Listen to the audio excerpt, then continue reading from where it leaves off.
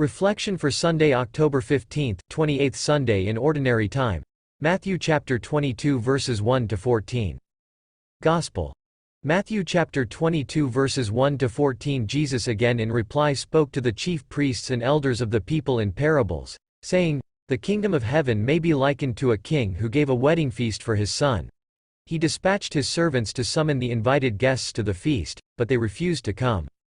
A second time he sent other servants, saying, 'Tell those invited, behold, I have prepared my banquet, my calves and fattened cattle are killed, and everything is ready.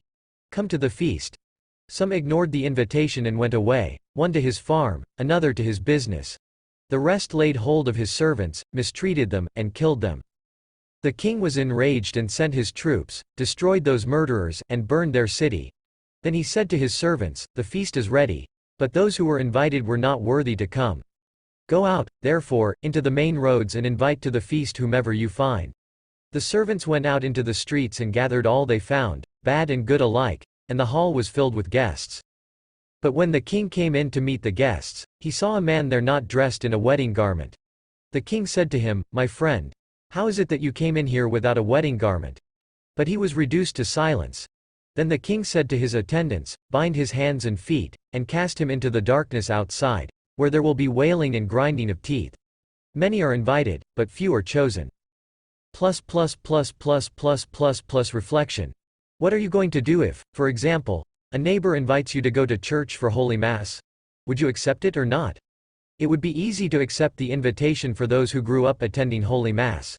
But it would also be hard to accept the invitation if those who are being invited are not regular Sunday Mass goers. But what are you missing when you refuse the invitation of the Lord to be present at Holy Mass? You miss being in heaven for an hour while you are still here on earth. You miss attending the holiest and most blessings-filled gathering of people.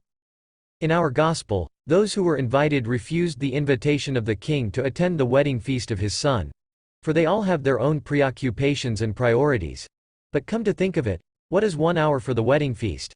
What is 1 hour for our attendance at Holy Mass compared to 7 days or 168 hours that we give to our personal lives in a week?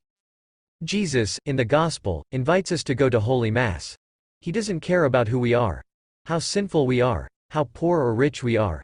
What the good Lord only cares about is our willingness to be with Him at Holy Mass so that He could bless us. If our focus is always on our personal and worldly activities, we would end up with nothing eventually. What is the purpose of all these worldly activities when none of them are permanent and lasting? We will leave all of them behind when we eventually die. Many of these worldly undertakings that we prioritize over our worship for God could even result in the disintegration of our family or could even lead to illness. By the way, what would it benefit you if you possess all the material riches in this world, yet you don't have Jesus in your life?